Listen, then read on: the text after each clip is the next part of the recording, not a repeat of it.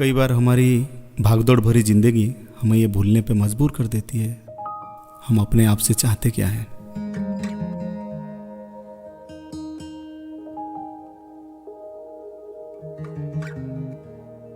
Corona का महामारी से ऐसा लग रहा था कि पूरी दुनिया रीसेट हो रही है। मैं भी मन ही मन में प्लानिंग कर रहा था कि कहीं जाना है, कोई ऐसी जगह जहां लंबे रास्ते हो और कभी ना खत्म होने वाला सफर।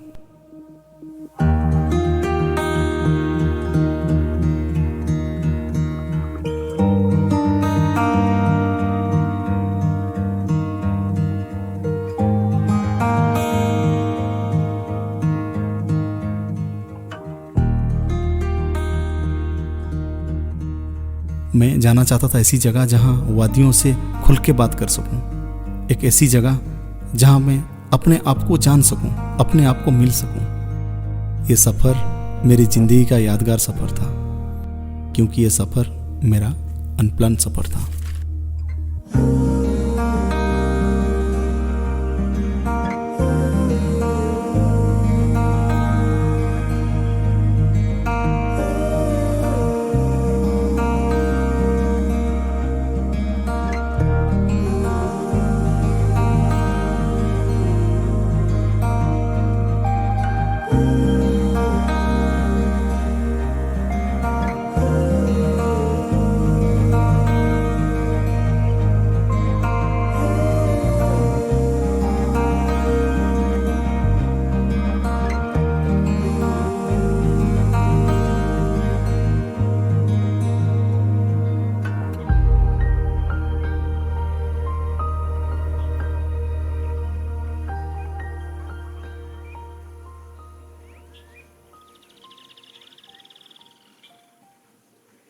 मुझे लगता है ट्रैवलिंग भी लर्निंग का एक पार्ट है, क्योंकि कब कहाँ कौन मिल जाए और उसकी सुनी दो बातें हमें कुछ नया सिखा जाए।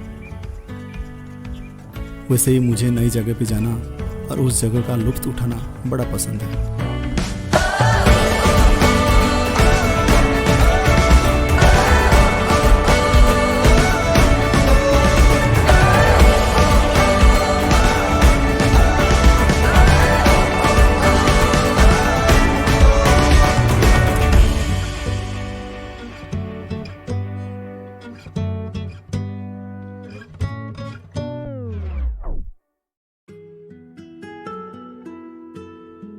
ये इलाका गुजरात और महाराष्ट्र से छटा हुआ है।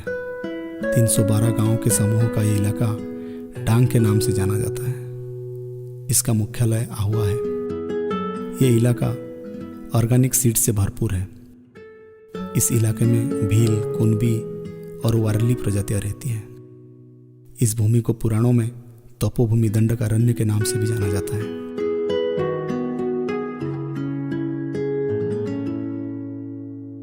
वक्त किसी के लिए ठहरता नहीं है। काफी दिन हो गया था मदर नेचर को मिले हुए। वैसे मेरा बचपन पेड़ पौधों, पहाड़, झरने और गांवों से बीता हुआ है।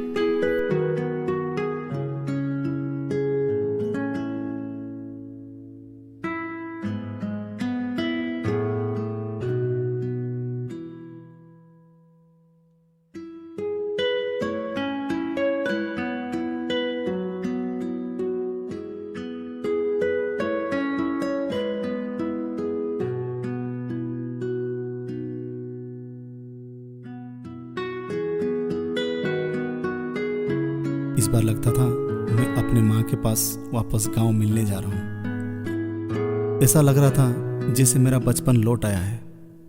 मैं अकेला अकेला गुनगुना रहा था तो कभी खुद ही खुद से बातें कर रहा था। वैसे भी माँ और मदर नेचर में ज़्यादा कुछ फर्क नहीं है।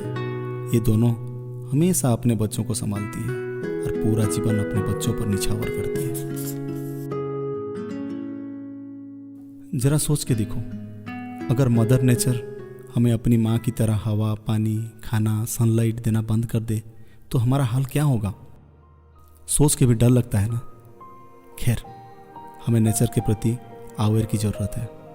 इसलिए इस बार मैं सफ़र में प्लास्टिक साथ में कैरी नहीं करूँगा। Love you nature.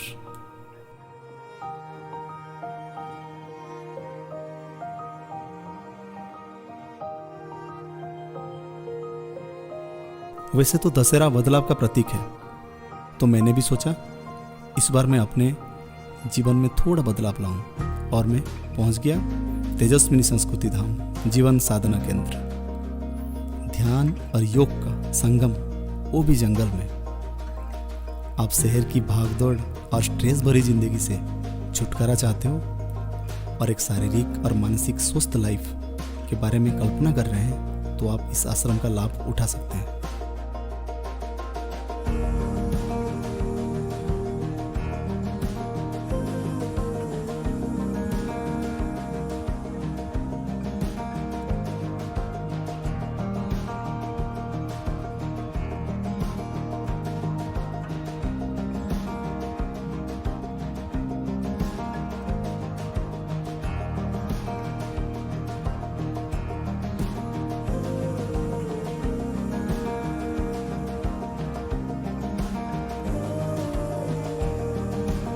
पूज्य हेतल दीदी की विचार और प्रेरणा से आप अपनी ज़िंदगी में बदलाव ला सकते हैं। मेरा इनके साथ का एक्सपीरियंस काफ़ी अच्छा रहा। इनका ज़रूरतमंदों के प्रति उदार भाव मुझे काफ़ी प्रभावित कर गया।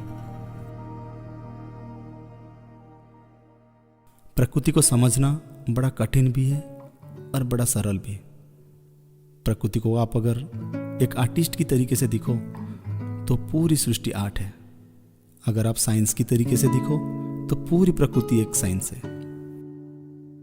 हर दिन बदलते नेचर के कलर, म्यूजिक, वेदर, ये शायद मैं अपने लफ्जों में बयान नहीं कर सकता, क्योंकि ये महसूस करने की बात है।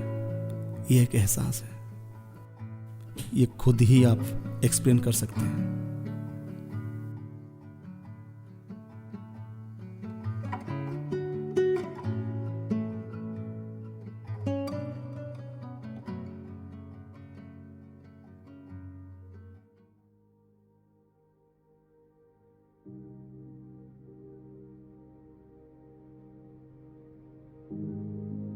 ये शाम मेरे लिए स्पेशल थी, क्योंकि मैं अकेले टेंट पिच करके एक अमेजिंग जगह पर रात गुजारने वाला था। हालांकि ये जगह कुछ ज़्यादा ही वर्जिन थी, पर मैंने अपना सुरक्षा का बंदोबस्त कर लिया था। थोड़ी ठंड ज़्यादा थी, तो आप लोग समझ सकते हो मैं कैंप फायर के लिए काम कर रहा था। वैसे भी नेचर हमें कितना कुछ फ्री में देता है।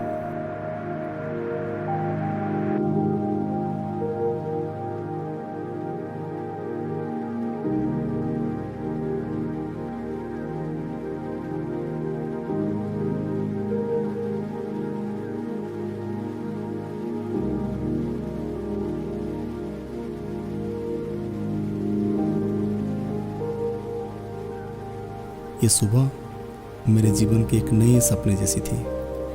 मेरी आंखें खुली तो खलखल बहती झरने और पंछियों की मीठी सुरीली आवाज़ मेरा स्वागत कर रहे थे। मैं अपने आप को बड़ा खुशनसीब मानता हूँ कि मैं ये एक्सपीरियंस कर पाया। आपको भी ऐसा अनप्लान ट्रैवल ज़रूर करना चाहिए। मेरा ये दिन बड़ा एनर्जेटिक था। वैसे भी नेचर हमें कितना कुछ फ्री में देता है। मैंने सोचा था मैं आज आर्टिफिशियल टूथपेस्ट यूज़ नहीं करूँगा, तो मैंने करंज पेड़ की डाली से ब्रश किया था। ये थोड़ा कड़वा होता है, पर इसके गुण भी बड़े ही मीठे होते हैं। मुझे लगता है ये दुनिया है ना, एक थॉट है, एक विचार है, और इसलिए मेरा विचार मुझे दिल्ली से इतनी दूर डांग के फॉरेस्ट में ले आया।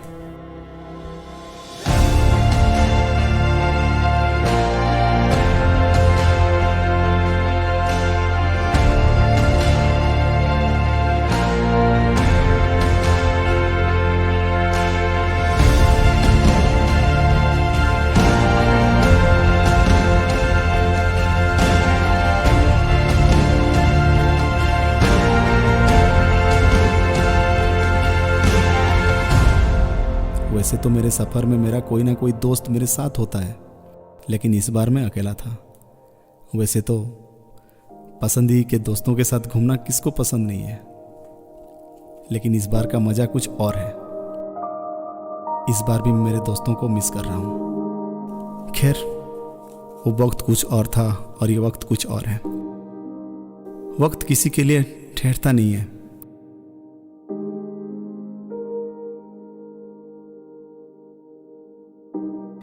के लोग काफ़ी मिलनसार हैं। यहाँ देखने लायक काफ़ी कुछ है।